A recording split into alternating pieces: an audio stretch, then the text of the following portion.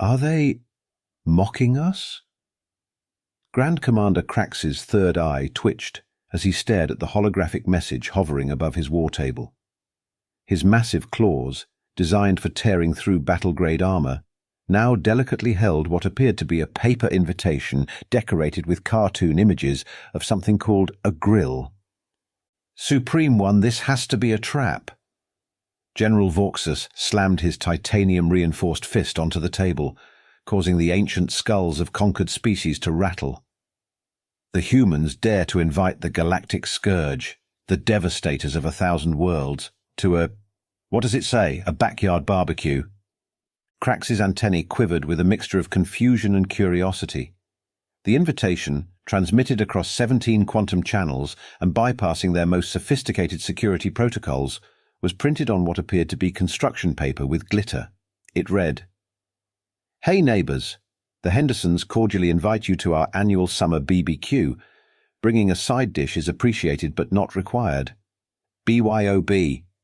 Saturday at 2 p.m. Earth Standard Time. P.S.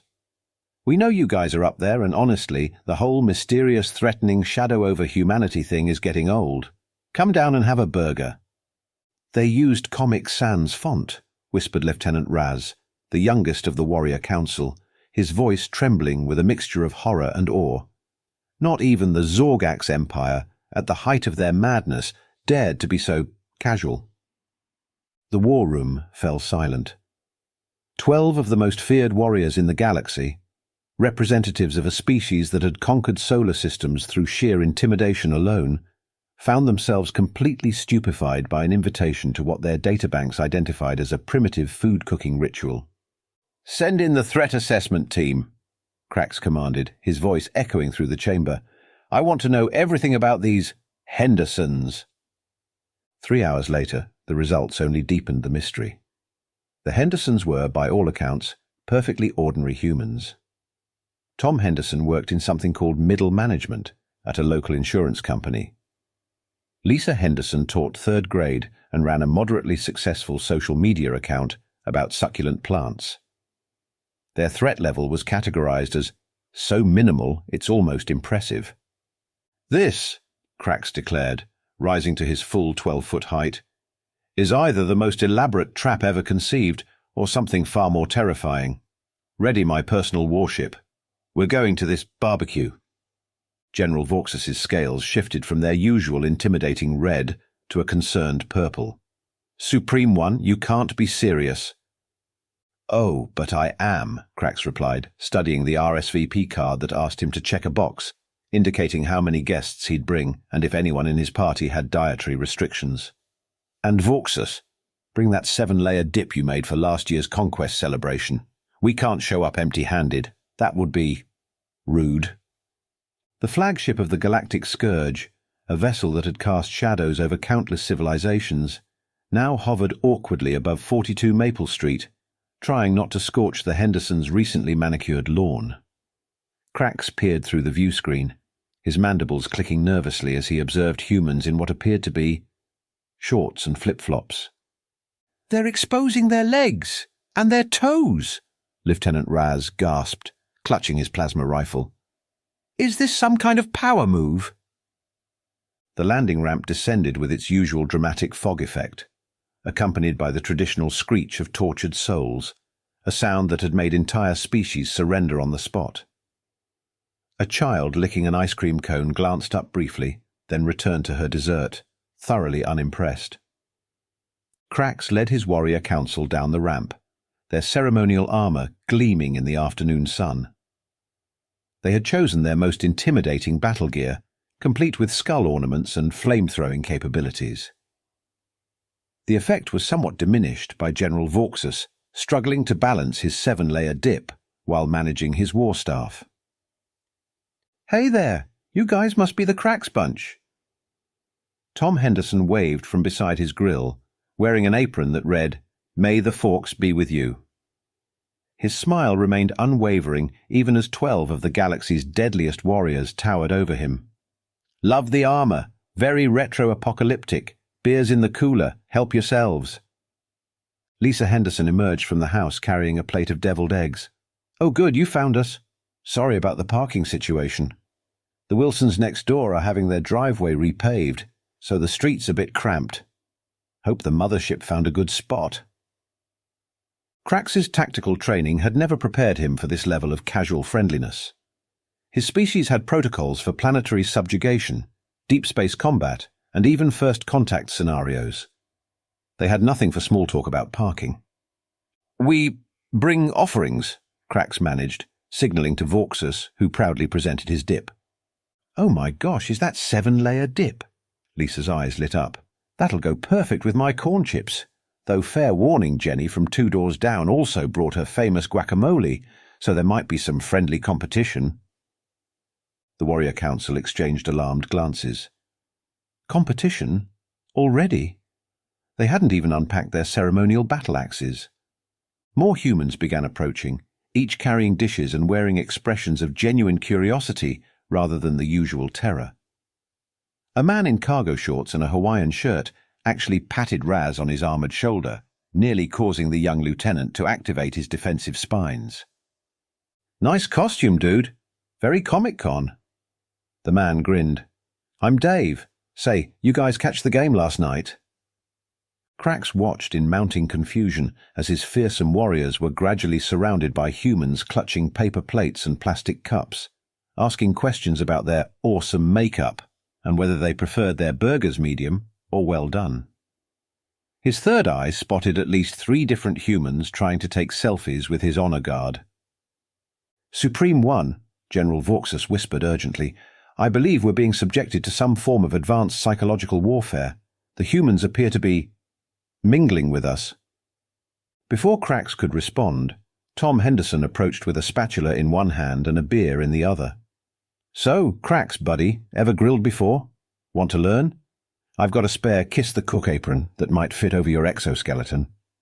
Standing there, watching his elite warriors being drawn into conversations about lawn care and local school districts, Crax realized that all his centuries of combat experience had left him woefully unprepared for the most dangerous human weapon of all: hospitality.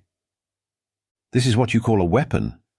Crax turned the spatula over in his claws, genuinely perplexed. "And you use it to flip meat?" Tom Henderson nodded enthusiastically while arranging charcoal. "You got it. Though between you and me, tongs are really where it's at for the bigger cuts." He paused, noticing Crax's honor guard instantly shifting into defensive positions at the mention of tongs. "No, no, guys, not those kinds of tongs. These are for grabbing hot dogs." Meanwhile, Lieutenant Raz had become fascinated by the propane tank, scanning it with his multi-spectrum analyzer. "Supreme One, they're containing pressurized explosive compounds, in plain sight. These humans are either mad or magnificent." The situation grew even more interesting as other spacecraft began materializing above Maple Street. The crystalline consciousness of Betelgeuse arrived in what appeared to be a minivan-sized vessel, their crystalline forms tinkling musically as they floated down with a potato salad they'd somehow made, despite not having mouths. "Oh, great! The crystals are here," General Vauxus grumbled, still bitter about their last diplomatic incident involving a misunderstanding over wind chimes. "Did everyone get an invitation?"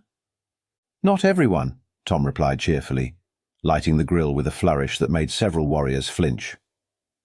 "Just the species that seemed like they needed to chill out a bit. You know, relax, have a hot dog, maybe play some cornhole."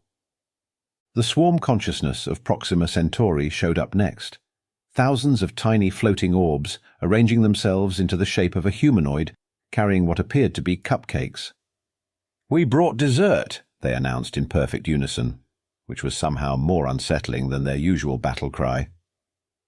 As the afternoon progressed, something strange began happening to the Warrior Council. The smell of grilling meat had a peculiarly calming effect. Even General Vauxus, who had once declared war on a solar system for looking at him funny, was now deep in conversation with Dave about the proper way to marinate ribs. "You see," Tom explained to an enthralled audience of various species, "the secret is in the timing. You want to wait for those perfect grill marks before you flip." He demonstrated with a burger, causing several aliens to emit impressed clicks and whistles. Lieutenant Raz had abandoned his battle stance entirely, and was now wearing the spare Kiss the Cook apron, enthusiastically learning the art of hot dog grilling. His natural talent for calculating plasma trajectories translated surprisingly well to preventing charred franks. The crystalline consciousness, despite their inability to eat, had become fascinated by the concept of condiments, creating elaborate mathematical models to analyze the optimal mustard-to-ketchup ratio. Their calculations were interrupted by the arrival of the void dancers of Nixie, who brought cosmic coleslaw and immediately started a heated debate about whether antimatter would make a good marinade. Crax found himself relaxing, despite his best efforts to maintain tactical awareness. There was something almost hypnotic about watching Tom tend to the grill, making small adjustments, timing each flip with practiced precision. It reminded him, oddly enough, of the ancient war dances of his people. "You know," Crax said, accepting a paper plate loaded with a cheeseburger, "when we received your invitation, we thought it might be a trap." Lisa Henderson laughed, adding extra pickles to his burger. "Oh, honey, the only trap here is trying to leave without trying my homemade brownies. Speaking of which, has anyone seen where the swarm consciousness put those cupcakes? They better not have started dessert without us." As the smoke from the grill rose into the sky, mixing with the ethereal emissions of various parked spacecraft, Crax realized that perhaps the humans had conquered them after all. Not with weapons or warfare, but with the simple, devastating effectiveness of good food and better company. "You all ever tried hot sauce?" Dave pulled out a bottle labeled Satan's Revenge Nuclear Edition from his cargo shorts pocket. The atmosphere around the grill suddenly shifted as aliens from across the galaxy focused on the innocent-looking red bottle. "Is this some kind of chemical weapon?" Crax asked, his third eye narrowing suspiciously. "Nah, man, it's just peppers. Watch this." Dave proceeded to douse his wing with an amount of sauce that made Tom Henderson whistle low and shake his head. The crystalline consciousness began recording measurements of Dave's vital signs, certain they were about to witness spontaneous human combustion. The void dancers started taking bets using quantum particles. "Your species willingly consumes this for pleasure?" General Vauxhall leaned forward, his warrior's pride stirring.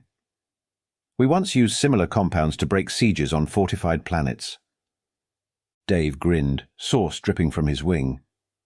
"Tell you what, big guy, let's make this interesting. How about a little challenge?"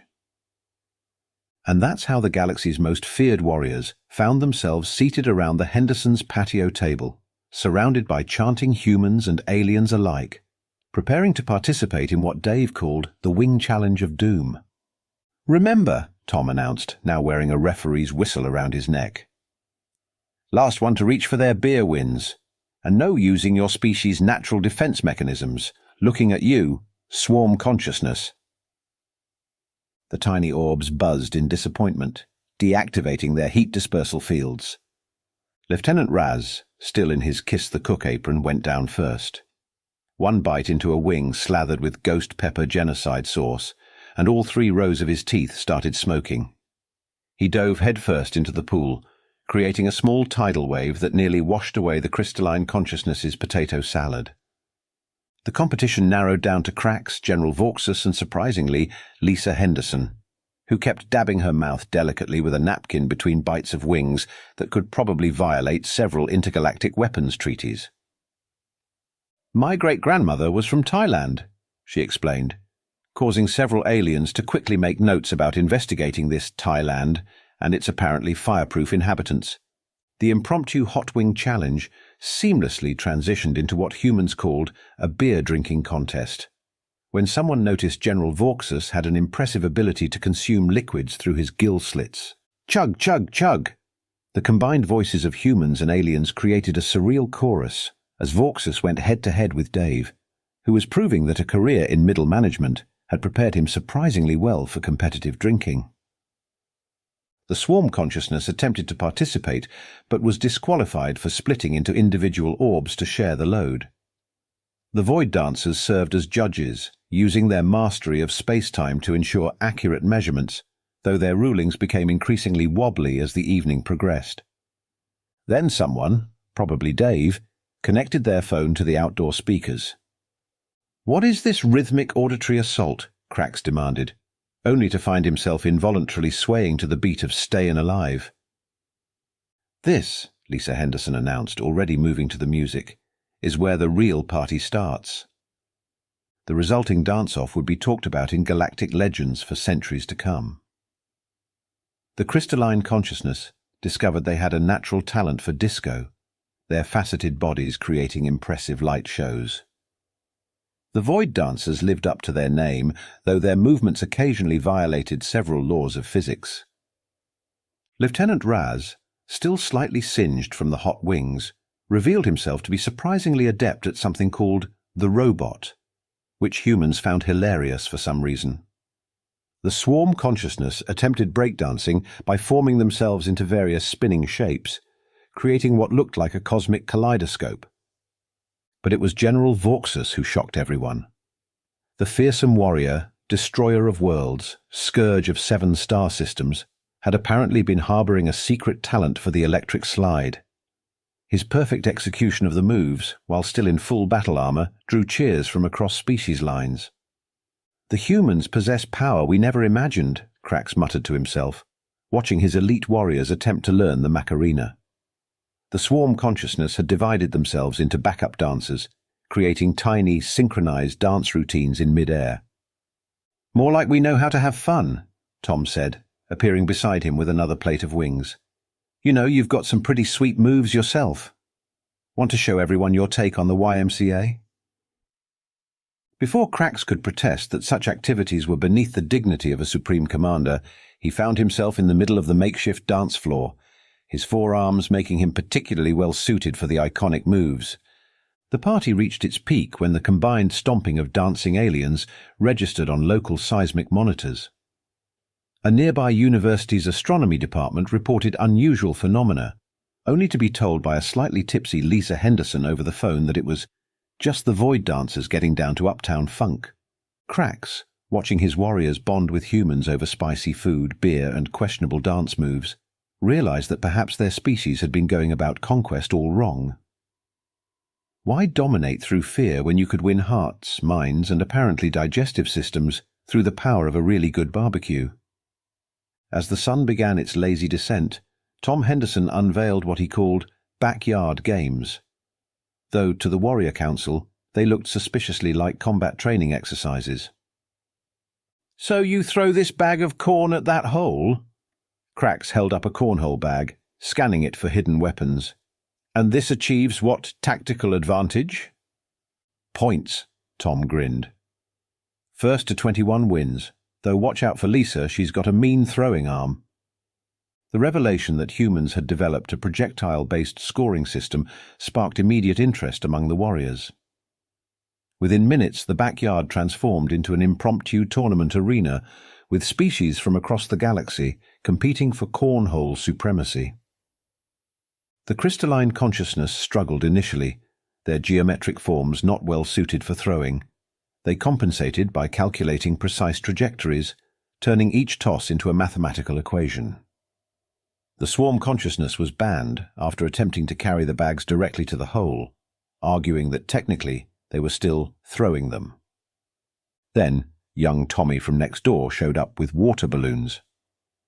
"What manner of liquid containment spheres are these?" Lieutenant Raz poked one cautiously with a claw. "Here, I'll show you!" Tommy launched a balloon that exploded against Raz's chest plate, sending water cascading over his armor. There was a moment of tense silence. The warriors' hands moved toward their weapons. Then Raz did something unprecedented in the history of his species. He laughed. What followed was chaos of the most enjoyable kind. The galaxy's deadliest warriors, still in full battle regalia, engaged in water balloon warfare with suburban kids. The void dancers cheated by phasing the balloons through dimensional rifts. General Vauxus, who had once led armies across star systems, was now hiding behind a lawn chair, giggling as he stockpiled water balloons in his helmet. "Supreme One," Raz called out. "The humans have developed highly effective splash radius technology." Crax, about to respond, took a water balloon directly to his third eye. The kids froze, wondering if they'd finally crossed a line. Then the Supreme Commander reached for the garden hose. "Tactical advantage achieved!" he bellowed joyfully, spraying everyone within range. The water war paused only when Lisa announced the pie-eating contest. The crystalline consciousness volunteered to judge, given their lack of mouths, while maintaining detailed statistics on consumption rates and technique efficiency. "No tentacles, Vauxus, that's cheating!" Tom called out as the general attempted to consume 3 pies simultaneously.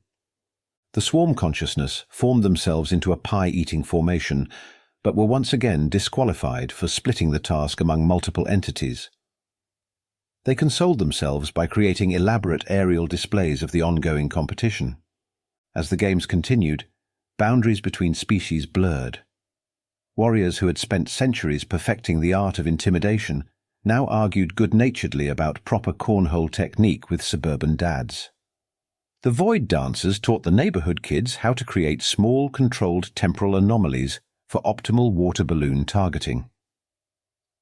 "You know," Crax said to Tom, watching Lieutenant Raz teaching Tommy how to achieve maximum splash radius with minimal balloon usage, "in all our studies of human warfare, we never encountered these tactics." "That's because this isn't warfare, buddy," Tom replied, tossing a perfect cornhole shot. "This is just good old-fashioned fun. Though between you and me, I think your warriors might be better at this than actual combat." Looking at his elite force now thoroughly engaged in teaching the crystalline consciousness the proper stance for cornhole, Crax had to admit Tom might be right. They'd conquered galaxies, but they'd never had this much fun doing it. As twilight painted the sky in colours that reminded Crax of nebular warfare, he found himself sitting in a lawn chair, trading stories with Tom Henderson. Somehow, tales of conquering star systems had given way to something far more terrifying: dad jokes. So then I said, "Why did the Scarecrow win an award?" Tom grinned, taking a sip of his beer. "Because he was outstanding in his field." The Supreme Commander of the Galactic Scourge found himself snorting with laughter, a sound that would have once sent entire civilizations into panic. "That's terrible. Wait, I have one. What do you call a black hole that negotiates peace treaties? A diplomatic solution?" Around them, the party had mellowed into comfortable conversation.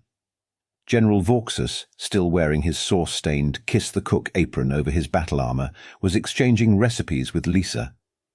The crystalline consciousness had created a beautiful light display by refracting the setting sun through their forms, entertaining the neighborhood kids. Lieutenant Raz sat with a group of teenagers, all of them scrolling through something called TikTok, possibly humanity's most powerful weapon yet. The Void Dancers had settled into a deep discussion about lawn maintenance with Dave, occasionally causing small patches of grass to experience several centuries of growth in minutes. "You know what I think?" Tom said, watching the swarm consciousness help clean up by forming themselves into living trash bins. "I think you guys spent so much time trying to figure out how to defeat humanity, you never bothered to just hang out with us." Crax nodded slowly, his third eye taking in the scene. "We studied your weapons, your wars, your defenses, but we never considered this. The way you turn strangers into friends over grilled meat and terrible jokes. That's humanity's real superpower," Lisa added, joining them with a plate of leftover brownies. "We'll fight if we have to, but we'd rather have you over for dinner. Speaking of which, same time next year?" The question caught Crax off guard. "You would want us to return?" "Of course," Tom beamed. "Though next time maybe leave the skull ornaments at home. They're a bit much for a casual BBQ. And Vauxus has to bring that 7-layer dip again. It was a hit." As the various species began making their departures, there were exchanges of contact information, promises to share recipes, and more than a few groupies. The crystalline consciousness left behind a small crystal that would play their favorite dance hits from the party. The Void Dancers promised to return with antimatter marinade, despite everyone's polite discouragement. Standing at the bottom of his ship's ramp, Crax turned to the Hendersons. "In all my centuries of conquest, no one has ever invited us back." "Well, that's your problem right there," Lisa smiled. "You've been conquering when you should have been connecting. Now go on, get home safe, and don't forget to text when you get there." As their flagship rose above Maple Street, careful not to disturb any satellite dishes, Krax looked at his warrior council. General Vauxhall was already planning menu improvements for next year. Lieutenant Raz had somehow acquired a playlist of Earth music and was trying to teach the ship's AI the electric slide. "Supreme One," Vauxhall said, attempting to maintain his fierce demeanor despite wearing 3 different World's Best Griller badges. "Should we revise our invasion plans?" Now, Krax looked down at the business card Tom had given him, which read, Tom Henderson, BBQ Master, part-time insurance guy, full-time friend.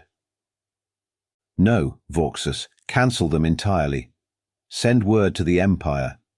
From now on, we're not conquerors. We're guests.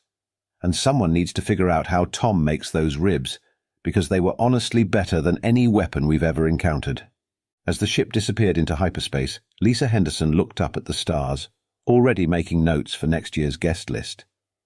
"You know, honey," she said to Tom, "I think we just achieved world peace with potato salad and dad jokes." "Galaxy peace," Tom corrected, starting to clean his grill. "And don't forget the power of properly grilled hot dogs. Even supreme commanders of galactic armies can't resist a good cookout."